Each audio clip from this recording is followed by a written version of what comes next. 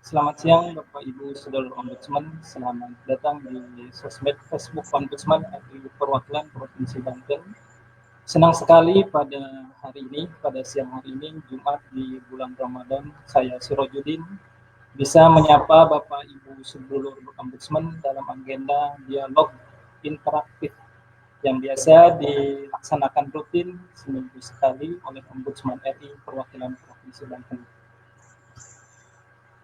Kali ini saya tidak sendiri, saya ditemani oleh rekan saya yaitu Ibu Eni Nuraini, di mana sebagai Kepala Keasistenan Bidang Pencegahan. Sebelumnya kita sapa dulu Ibu Eni. Gimana kabarnya Ibu Eni? Halo, apa kabar Kang Siroj? Baik Bu Eni. Untuk lebih mengakrabkan, bagaimana kalau saya panggil dengan sebutan Teh Eni, gimana? Oh, nggak apa-apa. Baik, terima kasih. Saya juga boleh sapa dengan Kang Siroj saja ya, Kang Siroj? Boleh Teh. Biar Baik, terima lebih kasih. akrab dan biar lebih mengalir dengan lancar. Ya. Baik, sebelum dimulai bagi Bapak, Ibu, Saudara Ombudsman yang ingin berpartisipasi atau punya pertanyaan, bisa langsung disampaikan di dalam kolom komentar.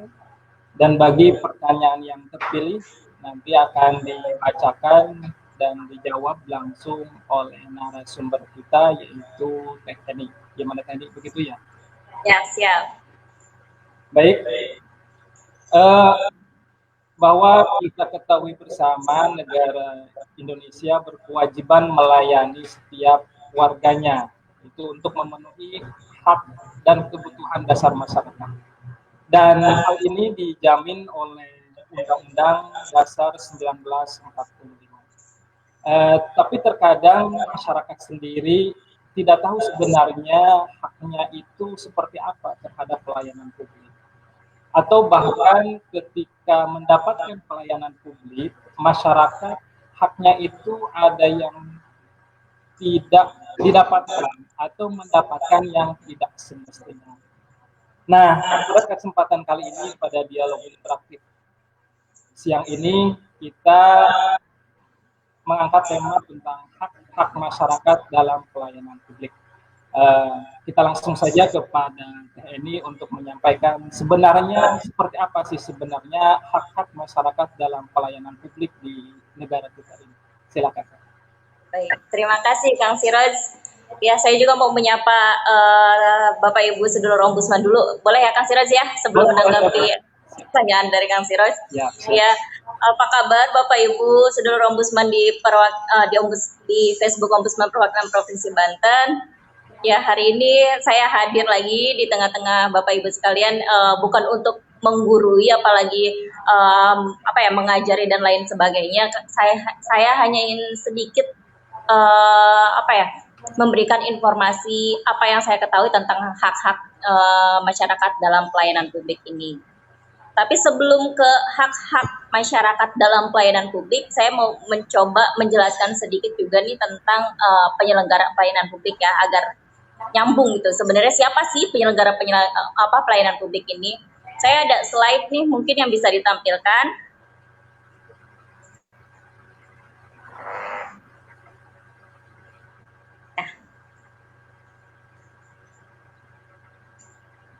Bisa ditampilkan lebih ya.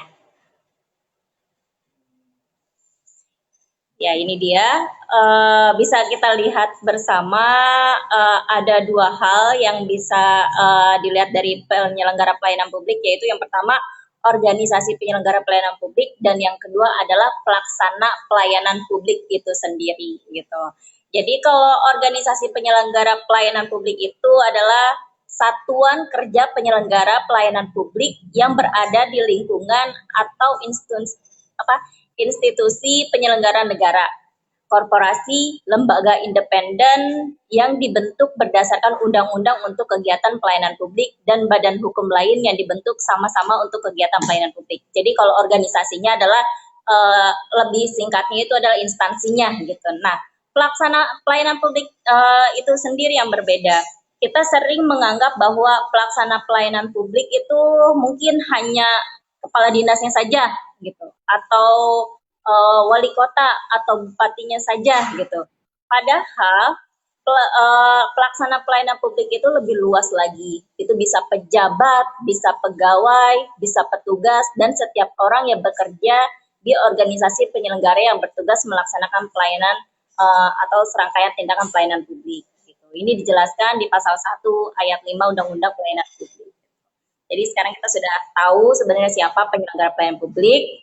Nah, dari penyelenggara pelayanan publik ini juga mereka memiliki kewajiban-kewajiban kepada kita sebagai masyarakat. Lebih lanjutnya ada di slide selanjutnya. Ya. Ini penyelenggara sebelum saya jawab ya Kang Siraj ya tentang hak-hak pelayanan publik bagi masyarakat. Ya. Di pasal di Undang-Undang Nomor 25 ini penyelenggara pelayanan publik berkewajiban yang pertama menyusun dan menetapkan standar pelayanan publik gitu. Jadi penyelenggara itu harus memiliki standar pelayanannya seperti apa. Jadi harus disusun dengan baik dan harus standar itu harus dimiliki gitu. Lalu yang kedua, menyusun, menetapkan, dan mempublikasikan maklumat pelayanan. Nah, maklumat pelayanan sendiri itu merupakan bentuk janji atau komitmen dari penyelenggara pelayanan publik. Harus punya dan harus disusun dan harus ditetapkan kemudian dipublikasikan. Itu sangat penting. Dan kemudian kewajiban dari penyelenggara pelayanan publik yaitu menempatkan pelaksana yang kompeten. Ini juga wajib dan sangat penting. Ini akan berdampak sangat sangat luas juga jika pelaksana yang ditugaskan itu merupakan pelaksana yang tidak kompeten gitu. Jadi harus yang berkompeten. Kemudian menyediakan sarana dan prasarana. Nah, ini sering kita jumpai juga di kehidupan masyarakat atau di pelayanan publik sekitar kita. Banyak sekali instansi-instansi yang memang menyediakan atau sarana dan prasarana ini, tapi harus diperhatikan juga kondisinya seperti apa gitu. Jangan sekedar ada gitu Kang Siraj ya. Iya. Harus diperhatikan kondisinya apakah mencukupi juga atau apakah masih layak atau tidak, itu harus benar-benar diperhatikan. Selain harus menyediakannya juga. Jadi jangan sekedar ada atau jangan sekedar formalitas gitu. Kemudian memberikan pelayanan berkualitas. Ini juga menjadi kewajiban dari penyelenggara pelayanan publik, dan masih ada beberapa lagi mungkin kita bisa lihat di sini. Tapi pada intinya termasuk memberikan pertanggungjawaban juga ya. Pada intinya bisa kita pelajari bagi penyelenggara pelayanan publik di pasal 15 Undang-Undang Nomor 25 Tahun 2009 tentang pelayanan publik. Di situ disebutkan apa saja dari kewajiban-kewajiban tersebut. Nah, baru selanjutnya ini menjawab pertanyaan Kang Siraj tadi tentang hak-hak dari masyarakat dalam pelayanan publik ya Kang Siraj ya? Ya, betul. Ya. Oke. Nah. Oh, ini tentang itu, lanjut. Ini dia hak-hak masyarakat dalam pelayanan publik. Di sini juga disebutkan dalam pasal 18 Undang-Undang Nomor 25 Tahun 2009 tentang pelayanan publik. Nah, bisa dilihat di sini bahwa hak masyarakat yang pertama adalah mengetahui kebenaran isi standar pelayanan. Ini hak dari masyarakat, kita semuanya masyarakat Indonesia harus mengetahui kebenaran isi standar pelayanan. Jadi ini ada hubungannya dengan kewajiban pemerintah tadi. Pemerintah wajib menyusun standar pelayanan dan wajib juga mempublikasikannya karena menjadi hak masyarakat untuk mengetahui kebenaran dari isi standar tersebut. Gitu. Terus hak masyarakat yang lainnya yaitu mengawasi pelaksanaan standar pelayanan. Setelah masyarakat mengetahui standar pelayanannya seperti apa, maka masyarakat otomatis akan bisa mengawasi standar pelayanan tersebut. Nah, punya hak loh. Jadi yang punya kewenangan atau hak untuk mengawasi pelayanan publik bukan hanya ombudsman saja, tapi masyarakat pun memiliki hak untuk mengawasi pelaksanaan standar pelayanan tersebut. Dan kemudian hak lain nih bagi kita sebagai masyarakat yaitu mendapatkan tanggapan terhadap pengaduan yang diajukan. Jadi masyarakat ketika telah mengetahui standar pelayanan, kemudian mengawasi standar pelayanan tersebut dan ditemukanlah hal-hal yang tidak sesuai dengan standar pelayanan, ini masyarakat punya hak untuk mengadu dan memiliki hak juga untuk mendapat tanggapan dari aduannya tersebut. Ini ya ada korelasinya gitu. Kemudian mendapatkan advokasi, pelindungan dan atau pemenuhan pelayanan, memberitahukan kepada pimpinan penyelenggara untuk memperbaiki pelayanan, memberitahukan kepada pelaksana untuk memperbaiki pelayanan, mengadukan pelaksana yang melakukan penyimpangan dan mengadukan penyelenggara yang melakukan penyimpangan standar pelayanan kepada pembinanya. Kemudian yang terakhir yaitu mendapat pelayanan yang berkualitas dengan asas dan tujuan pelayanan. Kurang lebihnya seperti itu, Kang Siroj, tentang hak-hak masyarakat dalam pelayanan publik. Baik, ya, terima kasih Teni. Kita tadi sudah menyimak ya, menyaksikan tadi dan juga mendengar apa yang telah disampaikan oleh TNI tentang hak-hak ya, hak-hak masyarakat untuk mendapatkan pelayanan publik begitulah. Dan juga tadi sudah disampaikan mengenai kewajiban pelaksana pelayanan publik. Ya. Tadi sudah diterangkan juga terkait organisasinya atau instansinya mana saja yang terkait yang termasuk terhadap pelayanan publik. Baik, Teni. Selanjutnya mungkin sebenarnya pelayanan publik ini sendiri sudah dijamin dengan Undang-Undang Nomor 25 Tahun 2009 ya, Teni. Mungkin seperti itu ya. Jadi sebenarnya segala hak dan kewajiban di sana sudah tertera. Tapi kadang masyarakat tidak tahu, kadang mungkin entah kenapa masyarakat tidak tahu sebenarnya haknya itu seperti apa gitu. Kadang atau mungkin instansinya tersebut tidak melaksanakan kewajiban seperti yang semestinya ya gitu. Seperti yang tertera di dalam Undang-Undang Nomor 25 Tahun 2009 ini. Nah, mungkin sebenarnya seperti apa sih gambaran pelayanan publik di Provinsi Banten ini? Mungkin TNI bisa sedikit menyampaikan kepada kita. Ya, baik, terima kasih. Ya, ini di Provinsi Banten atau secara umumnya nih? Mungkin karena kita di Provinsi Banten ya.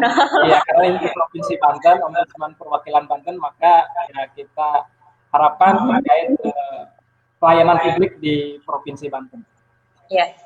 Ya, kalau secara umum di Provinsi Banten, sebenarnya gini, Ombudsman Republik Indonesia melakukan survei terkait komponen standar pelayanan publik, gitu. Di pasal 21 Undang-Undang Nomor 25 Tahun 2009 tentang pelayanan publik ada standar pelayanan yang wajib dipenuhi oleh penyelenggara pelayanan publik. Nanti saya akan jelaskan di berikutnya, Kak Siroj. Tapi pada intinya wilayah Provinsi Banten tahun ini dalam survei yang dilakukan tersebut dari 6 kabupaten kota yang kita survei, 3 diantaranya sudah ada di zona hijau, yaitu Kabupaten Tangerang, Kota Tangerang, dan Tangerang Selatan sudah ada di zona hijau.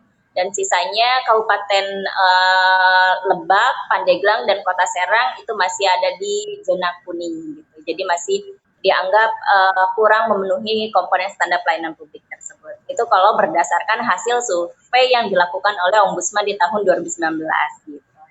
Nanti komponen standar pelayanannya apa saja akan saya jelaskan, tapi sebelumnya nih Kang Siraj ada yang terlewatkan. Oke, siap. Ya. Silakan.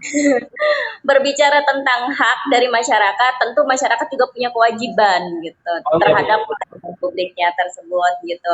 Nah, kewajiban dari masyarakat ini bisa dilihat di slide, yaitu yang pertama, mematuhi dan memenuhi ketentuan sebagaimana dipersyaratkan dalam standar pelayanan. Ini penting, Kang Siraj. Harus ada kerjasama yang baik antara penyelenggara pelayanan publik dan masyarakat sebagai pengguna pelayanan publik. Harus ada kerjasama yang baik agar pelayanan publik yang prima itu dapat tercapai. Salah satunya yaitu dengan melaksanakan kewajiban masyarakat, yaitu memenuhi dan mematuhi ketentuan sebagaimana yang dipersyaratkan. Ini seperti contoh, misalkan kita tahu nih syarat untuk membuat atau memohon suatu pelayanan adalah A, B, C. Nah, kita harus memenuhi atau mengikuti persyaratan tersebut gitu. Jangan sampai kita ada yang kurang persyaratan, tapi akhirnya kita mencari akal jalan lain agar walaupun kita kurang persyaratan, tapi permohonan kita dapat ditindaklanjuti. Jangan sampai seperti itu. Jadi masyarakat punya kewajiban untuk mematuhi terhadap standar pelayanan publik tersebut, ya. Terus kemudian ikut menjaga terpeliharanya sarana, prasarana, dan atau fasilitas pelayanan publik. Ini juga sangat penting yang harus menjadi perhatian kita semua, seluruh masyarakat Indonesia. Kita tahu bahwa di lokasi-lokasi pelayanan publik selalu instansi penyelenggara pelayanan publik itu selalu berupaya untuk memenuhi sarana dan prasarana. Nah, kewajiban masyarakat adalah menjaganya gitu. Jangan sampai ketika instansi penyelenggara pelayanan publik sudah memfasilitasi hal tersebut, tapi kita yang tidak bisa menjaganya gitu. Kita yang dengan mungkin seenaknya memanfaatkan sarana prasarana tersebut dengan tidak baik, itu jangan sampai, agar terpelihara sarana prasarana tersebut agar terus dalam kondisi baik dan dapat dimanfaatkan dalam jangka waktu yang panjang gitu bagi kita semua, ya. Dan yang terakhir nih, kewajiban masyarakat berpartisipasi aktif dan mematuhi peraturan yang terkait dengan penyelenggara pelayanan publik. Nah, ini juga sangat penting. Itu Kang Siroj, kewajiban kita nih sebagai masyarakat. Jadi bukan hanya penyelenggara pelayanan publik saja yang memiliki kewajiban kepada kita sebagai masyarakat, tapi masyarakat pun memiliki kewajiban dalam pelayanan publik. Ini juga bisa kita lihat di pasal 19 di Undang-Undang Nomor 25 Tahun 2009. Baik, ya, ini atas penjelasannya terkait kewajiban masyarakat. Jadi sebenarnya bukan hanya saja hak menuntut, ya, tetapi juga ada kewajiban-kewajiban yang harus bisa dilaksanakan oleh masyarakat. Iya, jika. Jadi agar segala pelayanan publik itu bisa terlaksana dengan baik, gitu. Apalagi terkait sarana prasarana yang dengan anggaran yang begitu besar, ya, kalau tidak kita jaga bersama-sama, oleh siapa lagi lah yang seperti itu. Betul, itu sayangkan ya Kang Siraj ya kalau misalkan instansi sudah berupaya semaksimal mungkin nih untuk memenuhi sarana dan prasarana, tapi masyarakatnya sendiri acuh gitu atau tidak peduli dengan sarana prasarana yang telah tersedia. Itu akan buang-buang anggaran akhirnya kan gitu kalau misalkan tidak bisa dimanfaatkan dengan baik. Betul ini. Ya makanya itu sebaiknya ya kita bersama-sama lah menjaga sarana dan prasarana tersebut agar semua bisa menikmati sarana prasarana tersebut. Ya. Baik, Teni, selanjutnya mungkin di sini terkait dengan peran masyarakat sebagai pengawas juga ini sangat menarik ya, karena memang masyarakat terkait hal ini mungkin hanya golongan tertentu saja yang sadar bahwa masyarakat itu sendiri sebagai yang mengawasi pelayanan publik tersebut. Nah, mungkin seperti apa sebenarnya yang seharusnya langkah apa yang harus dilaksanakan ketika masyarakat itu sendiri bisa mengawasi pelayanan itu tersendiri. Iya, baik, terima kasih. Yang hal utama itu memang harus kesadaran dari masyarakat itu sendiri. Dan dan ini juga harus peran dari pemerintah termasuk kita sebagai lembaga negara pengawas pelayanan publik agar terus mempublikasikan atau mensosialisasikan sebenarnya masyarakat itu memiliki hak apa saja. Nah, itu yang wajib kita beritahukan atau informasikan kepada masyarakat agar masyarakat dapat memahami dan kemudian mengaplikasikannya di kehidupan sehari-hari, di kehidupan sehari-hari. Siap. Ya.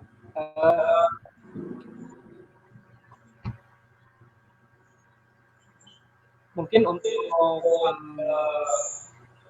hak-hak masyarakat itu sendiri, sebagaimana kita ketahui, sangat banyak lah pelayanan publik yang ada yang dilaksanakan oleh instansi pemerintah ini sendiri, baik itu kesehatan, baik sosial, dan banyak lagi. Nah, mungkin ya gambarannya di kita ini, nah saya lagi-lagi kembali kepada Provinsi Banten ya sebagai layanan publik di Provinsi Banten, dan juga kita sebagai salah satunya sebagai pengawas pelayanan publik. Sebenarnya instansi mana sajakah yang sering atau dalam hal apa sajakah yang sering ada laporan atau pengaduan atau keluhan masyarakat terkait pelayanan publik ini sendiri? Kalau terkait instansi yang sering diadukan kepada ombudsman ya, seperti itu kan? Bisa seperti itu, ataupun terkait pelayanannya, mungkin terkait apa kan seperti itu. Kondisinya ya? Betul, kondisinya lah seperti itu tadi. Oh gitu.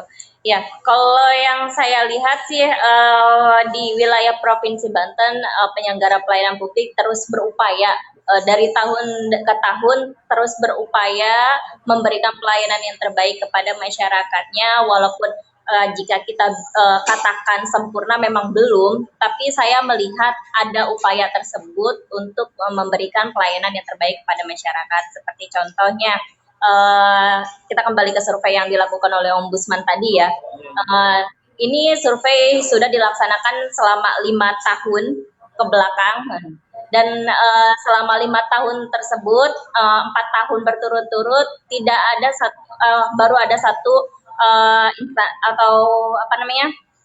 wilayah atau pemerintah daerah yang berada di zona hijau. Dan tahun ini setelah 5 tahun baru deh ada 3 wilayah yang menjadi zona hijau. Itu membuktikan bahwa mereka memiliki upaya gitu, dan kami sih berharap mudah-mudahan di tahun-tahun berikutnya upaya tersebut tidak putus, dan kemudian seluruh instansi penyelenggara pelayanan publik di wilayah Provinsi Banten ini berada di zona hijau gitu, atau minimal sarana dan prasarana dari instansi tersebut terpenuhi. Baik, jadi kalau dilihat dari survei yang dilakukan bahwa di Banten ini sudah mengalami perbaikan ya, di mana yang tadinya hanya satu daerah saja yang berada satu wilayah yang berada di zona hijau, sekarang sudah menjadi 3 ya, ini ya 3 wilayah yang berada di zona hijau. Jadi totalnya sekarang di Provinsi Banten ada 4 kabupaten kota yang ada di zona hijau. Ya. Berarti kan itu menandakan bahwa adanya perbaikan pelayanan publik ya kan di instansi tersebut, sehingga menjadikan instansi tersebut berada di zona hijau. Nah, mungkin kalau yang zona kuning ya mudah-mudahan lah kita nanti di survei selanjutnya sudah di zona hijau juga. Mungkin bisa jadi seluruh Banten wilayah ini dari kabupaten kota di seluruh Banten ini berada di zona hijau. Yeah. Itu harapan kita semua sebenarnya. Mungkin seperti itu Teni ya. Iya betul. Oke, Kak Siroj, ini saya punya slide selanjutnya. Oke, siap, silakan Teni, dilanjutkan.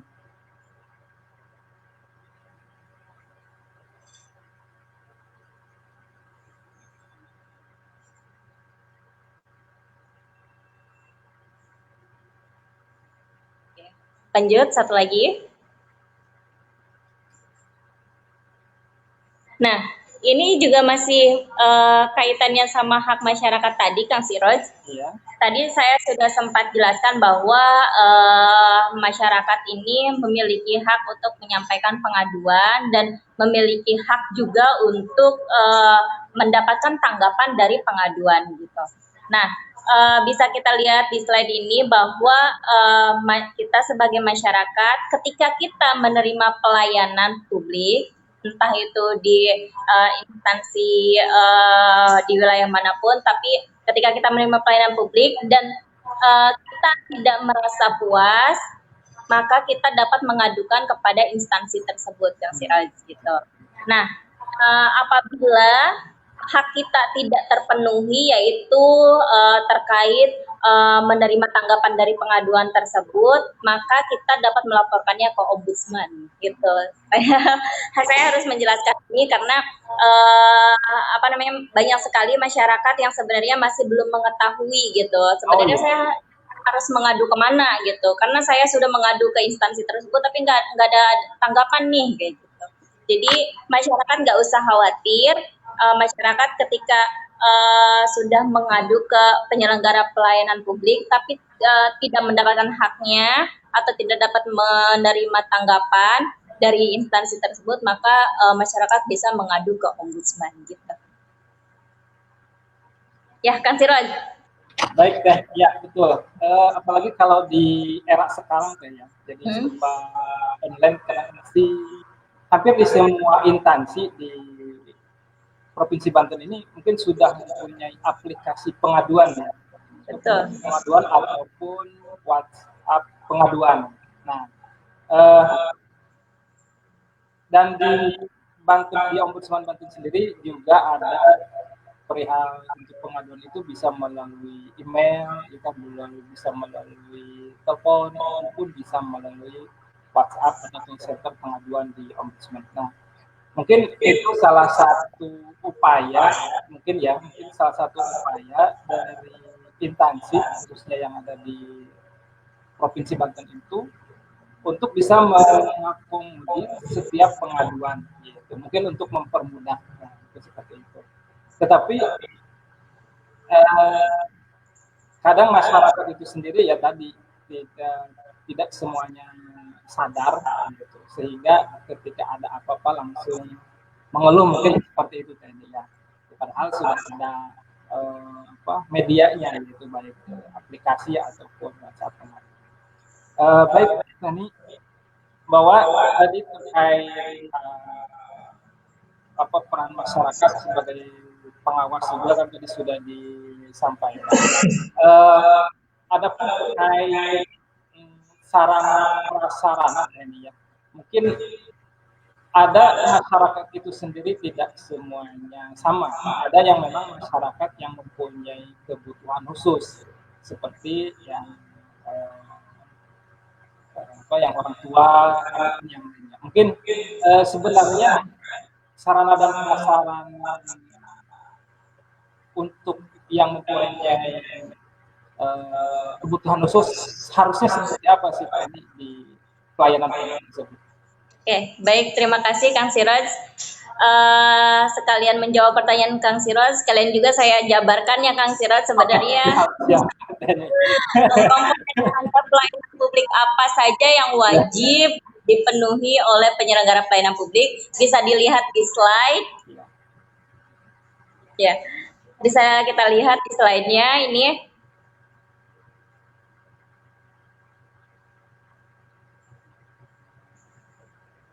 Nah, standar pelayanan ya.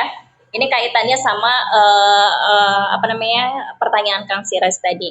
Ini sebelumnya saya jelaskan sedikit tentang standar pelayanan publik itu sebenarnya apa. Ini dijelaskan dalam pasal 1 ayat 7 Undang-Undang Nomor 25 Tahun 2009 tentang pelayanan publik. Jadi standar pelayanan adalah tolak ukur yang digunakan sebagai pedoman penyelenggaraan pelayanan dan acuan penilaian kualitas pelayanan sebagai kewajiban dan janji penyelenggara kepada masyarakat dalam rangka pelayanan yang berkualitas, cepat, terjangkau, dan terukur. Itu pengertiannya bisa dilihat bersama di pasal 1 ayat 7 Undang-Undang Nomor 25 Tahun 2009. Lalu kemudian slide selanjutnya yaitu prinsip standar pelayanan. Bisa next. Ini prinsip-prinsipnya bisa kita lihat bersama bahwa standar pelayanan publik yang disusun oleh penyelenggara pelayanan publik itu harus sederhana, yaitu standar pelayanan publik harus mudah dimengerti, diikuti, dilaksanakan, diukur dengan prosedur yang jelas. Ini harus sesederhana mungkin dalam menetapkan standar pelayanan publik. Kemudian instansi penyelenggara pelayanan publik dalam menyusun standar pelayanan itu harus partisipatif. Penyusunan standar pelayanan ini harus melibatkan masyarakat dan pihak terkait. Tidak harus seluruh masyarakat dilibatkan dalam penyusunan standar pelayanan publik ini, tapi mungkin masyarakat yang berkaitan langsung dengan pelayanan tersebut. Misalkan dalam pelayanan perizinan usaha bisa melibatkan perwakilan dari pengusaha seperti itu. Atau misalkan pelayanan kesehatan bisa melibatkan tenaga medis dan lain sebagainya. Itu dalam lingkup partisipatif ya untuk penyusunan standar pelayanan publik. Kemudian akuntabel juga. Hal-hal yang diatur dalam standar pelayanan harus dapat dilaksanakan dan dipertanggungjawabkan. Ini sangat penting. Kemudian standar pelayanan publik ini juga harus berkelanjutan. Harus terus-menerus dilakukan perbaikan sebagaimana upaya peningkatan kualitas pelayanan publik. Ini wajib. Karena saat ini kan harapan atau ekspektasi dari masyarakat itu udah jauh gitu. Sekarang masyarakat inginnya yang serba cepat, serba mudah, online dan sebagainya. Jadi standar pelayanan publik pun harus terus-menerus dilakukan perbaikan dan mengikuti era sekarang. Kemudian harus transparansi juga. SP atau standar pelayanan ini harus dapat didengar dan dimengerti oleh masyarakat. Kemudian prinsipnya yaitu keadilan. Standar pelayanan harus menjamin kepada seluruh masyarakat gitu. Ya, lanjut. Nah, ini dia Kang Siroj tentang komponen standar pelayanan publik. Di pasal 21 Undang-Undang Nomor 25 Tahun 2019, maksud saya di Undang-Undang Nomor 25 Tahun 2009 tentang pelayanan publik disebutkan bahwa sekurang-kurangnya instansi penyelenggara pelayanan publik itu wajib memenuhi yang pertama dasar hukum, persyaratan, sistem mekanisme dan prosedurnya seperti apa, jangka waktu penyelesaian pelayanannya berapa lama, biaya tarifnya berapa, produk pelayanannya apa saja, itu harus terpenuhi atau harus dipublikasikan kepada masyarakat, sarana dan prasarana dan atau fasilitas lainnya ya, terus pengawasan internal, penanganan pengaduan, sarana dan masukan jumlah pelaksana, kompetensi pelaksana, jaminan pelayanan sesuai standar pelayanan, jaminan keamanan dan keselamatan pelayanan, dan evaluasi kinerja pelaksanaan. gitu. Ini komponen standar pelayanan publik yang wajib dipenuhi oleh seluruh penyelenggara pelayanan publik. Kita bedah satu-satu. Yang pertama,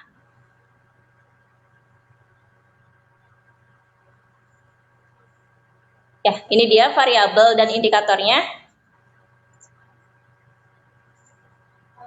Standar pelayanan yang pertama yaitu standar pelayanannya yaitu persyaratan, sistem, mekanisme, dan prosedur produk pelayanan, jangka waktu penyelesaian, dan biaya tarif. Jadi Kang Siroj, pada intinya penyelenggara pelayanan publik ini wajib setelah menyusun dan menentukan, maka standar pelayanan publiknya ada masyarakat. Gitu. Jadi harus terpampang dengan baik, harus terinformasikan dengan baik kepada masyarakat gitu. Baik entah itu berbentuk brosur atau pamflet atau semacam spanduk dan lain sebagainya, itu harus dipublikasikan kepada masyarakat. Persyaratannya apa saja? Misalkan untuk membuat KTP, persyaratannya 1, 2, bla bla bla gitu. Itu harus terpublikasikan dengan baik, atau masyarakat harus dengan mudah mendapatkan informasi tersebut. Termasuk diantaranya sistem, mekanisme, dan prosedur. Jadi sistem, mekanisme, prosedur ini seperti alurnya gitu. Kita mengajukannya kemana, berapa lama, kayak gitu.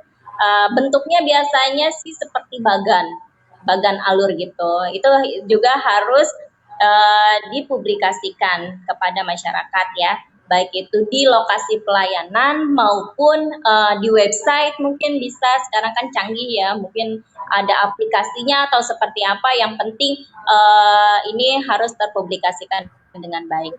Kemudian produk pelayanan. Nah, produk pelayanan ini kalau kaitannya dengan survei yang dilakukan oleh Ombudsman ini yang kita nilai adalah yang berbentuk seperti menu. Misalnya nih, contohnya nih Kang Siroj, kalau kita datang ke suatu instansi penyelenggara pelayanan publik, contohnya ke Disdukcapil. Jadi kita di Disdukcapil itu harus menampilkan atau mempublikasikan produk apa saja yang dikeluarkan oleh Disdukcapil gitu. Misalkan 1 KTP, 2 KK, 3 apalah gitu. Pada intinya produk apa saja yang dikeluarkan atau menjadi produk dari instansi tersebut itu dipublikasikan.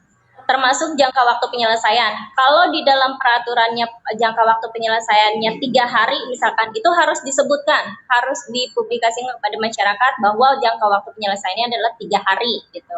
14 hari ya 14 hari disebutkan gitu, biar masyarakat bisa mengontrol kapan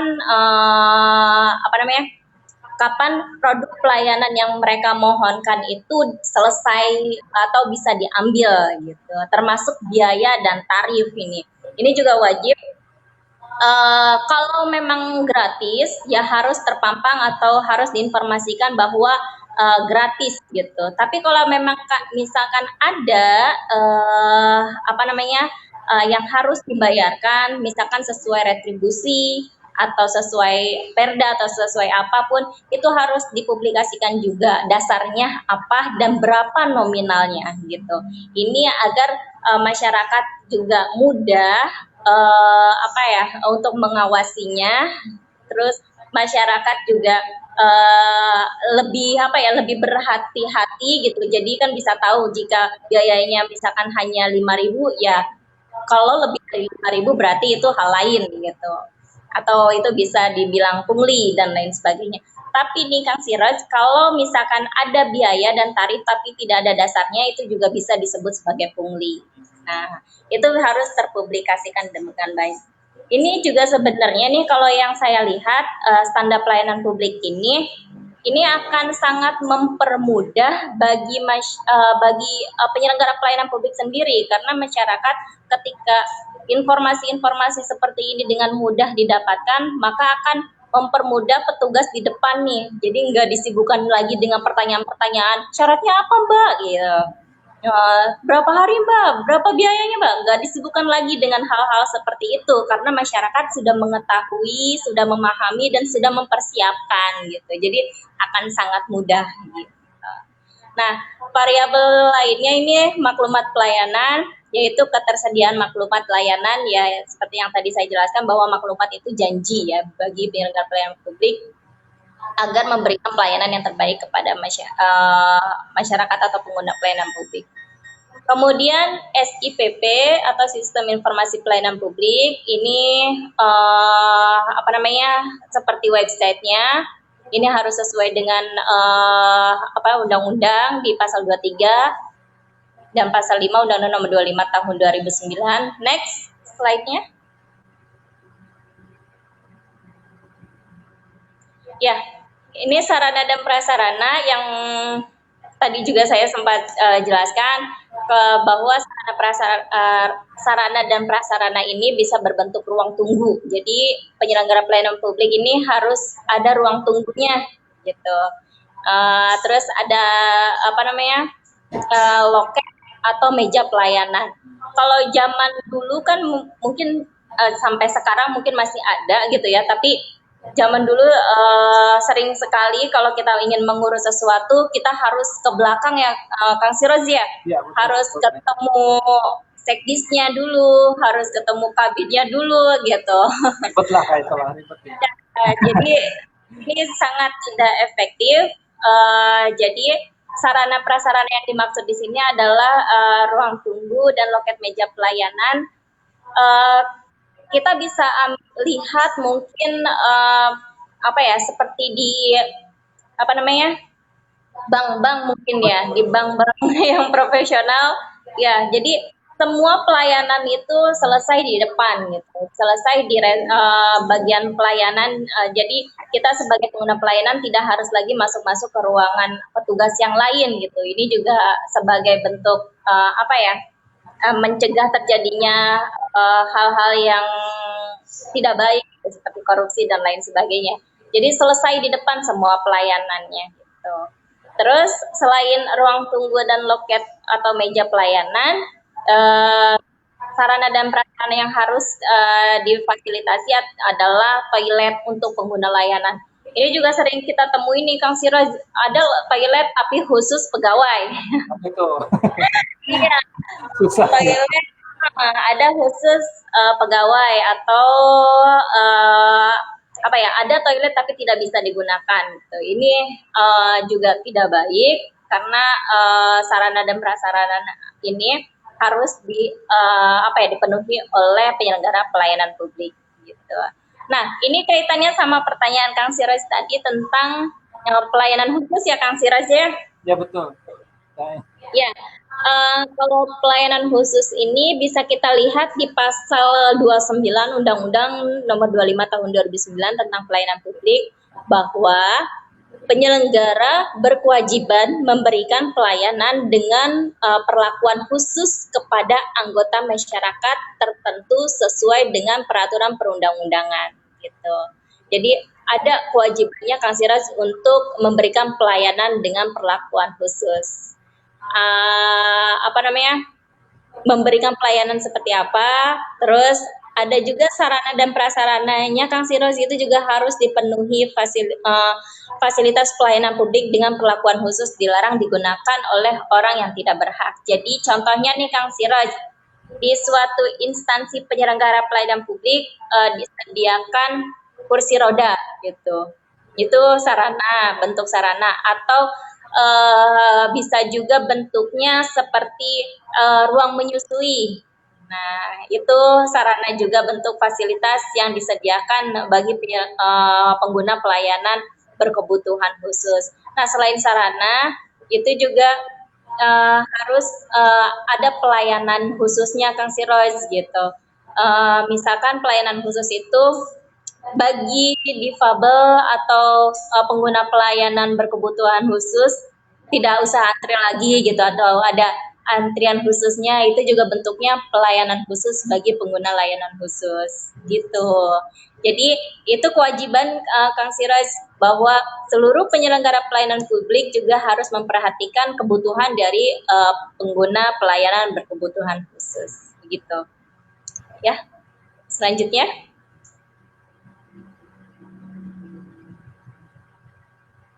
Ya. Oke, yang tadi sebelumnya pengelolaan pengaduan ini juga tadi sempat disinggung sama Kang Siraj ya, pertanyaannya bahwa ini diatur dalam pasal 37 Undang-Undang Nomor 25 Tahun 2009, terus Perpres 76 2013 juga bahwa penyelenggara berkewajiban menyediakan sarana pengaduan dan menugaskan pelaksana yang kompeten dalam pengelolaan pengaduan. Ini pengelolaan pengaduan itu bentuknya ada sarana dan prasarananya, terus ada informasi prosedurnya dan ketersediaan pejabat atau petugas pelayanan. Oke.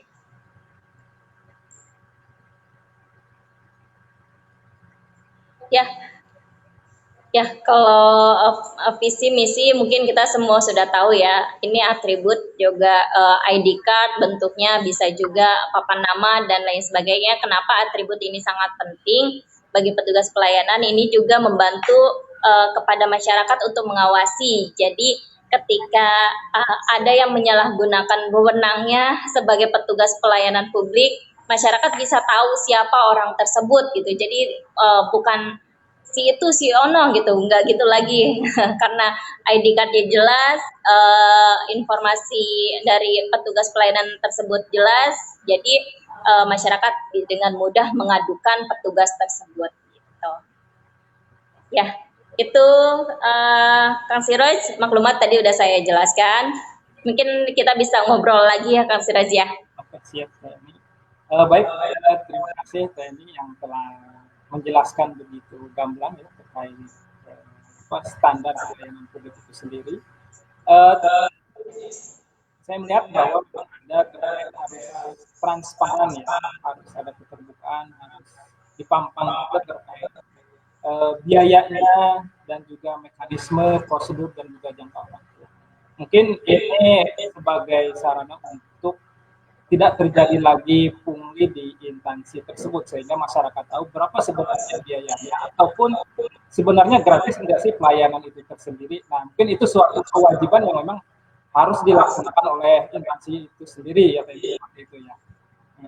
Dan juga tidak ada lagi alasan bagi instansi tersebut menunda-nunda layanan publiknya ketika memang itu sudah terpampang dengan jelas berapa hari layanan publik yang harus dilaksanakan terkait produk layanan tersebut. Nah, baik jadi mungkin di sini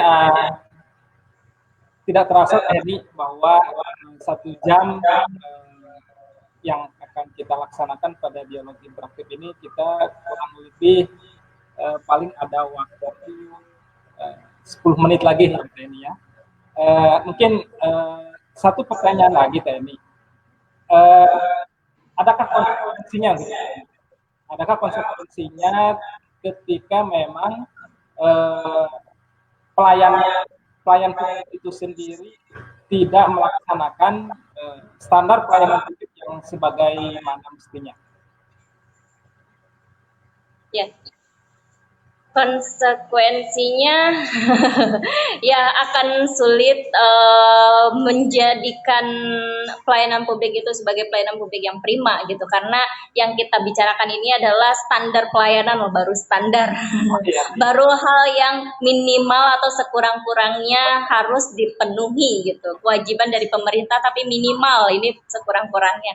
Nah, bagaimana berbicara dengan ekspektasi ke depan dengan harapan-harapan masyarakat yang terus meningkat jika yang minimalnya saja tidak terpenuhi gitu. Iya betul. Jadi sebenarnya itu minimal ya standar itu yang harus dipenuhi. Ada nanti mau lebih dari itu lebih baik lagi mungkin itu seperti itu. Ya. Baik Teni, ya sebelum kita akhiri dialog interaktif pada siang hari ini mungkin ada closing statement dari TNI bisa disampaikan. Baik, terima kasih kesempatannya Kang Siroj. Yang ingin saya sampaikan bahwa kita sebagai masyarakat memiliki hak dan kewajiban, dan kita sebagai masyarakat harus menyadari hal tersebut gitu. Dan hak-hak yang tadi saya jelaskan itu bisa dilaksanakan, dan kewajiban juga ini sangat penting harus dilaksanakan bagi seluruh masyarakat agar ada sinergitas antara masyarakat sebagai pengguna pelayanan dan pemerintah atau penyelenggara pelayanan publik sebagai penyelenggara gitu, agar terciptanya pelayanan publik yang baik, yang yang prima gitu, dan selalu berkualitas gitu. Ini harus ada kerjasamanya. Kita sudah bahas bersama bahwa hak-hak masyarakat, kewajiban masyarakat, terus kewajiban penyelenggara pelayanan publik juga itu harus kita patuhi bersama, baik dari segi masyarakatnya sendiri atau dari segi penyelenggara pelayanan publik. Saya yakin jika kedua-duanya nih, antara masyarakat sebagai pengguna dan pemerintah sebagai penyelenggara ini menggunakan hak dan kewajibannya dengan baik, ini pelayanan publik akan semakin bagus ke depannya kayak gitu. Dan insya Allah pelanggaran-pelanggaran pun akan semakin berkurang gitu, karena transparansi dalam hal ini terbuka sekali kepada masyarakat ya, seperti itu Kang Siroj. Dan saya juga ingin menyampaikan, mudah-mudahan nih dalam kondisi seperti ini pelayanan publik yang diberikan oleh penyelenggara pelayanan publik harus tetap memperhatikan kualitasnya, harus juga memperhatikan masyarakat, apalagi masyarakat yang terdampak COVID-19 ini. Ya, mudah-mudahan semuanya dapat berjalan dengan baik walaupun dalam kondisi seperti ini, dan masyarakat seluruhnya dalam keadaan sehat. Ya, itu saja Kang Siroj. Ya, baik. Terima kasih TNI atas waktunya, yang meluangkan waktunya untuk menjadi narasumber di agenda dialog interaktif ini, dan juga terima kasih saya ucapkan kepada bapak-bapak, ibu-ibu seluruh ombudsman yang ikut berpartisipasi ataupun yang menyaksikan langsung dialog interaktif ini. Mudah-mudahan kita selalu dalam keadaan sehat, dan seperti biasa Bapak, saya sampaikan lagi, Ombudsman Perwakilan Provinsi Banten secara rutin mengadakan dialog interaktif melalui medsos Facebook Ombudsman Perwakilan Banten. Mudah-mudahan kita bisa berjumpa lagi di minggu depan dalam keadaan sehat walafiat. Sekian dari saya, mohon maaf apabila ada kekurangan. Assalamualaikum warahmatullahi wabarakatuh. Waalaikumsalam warahmatullahi wabarakatuh.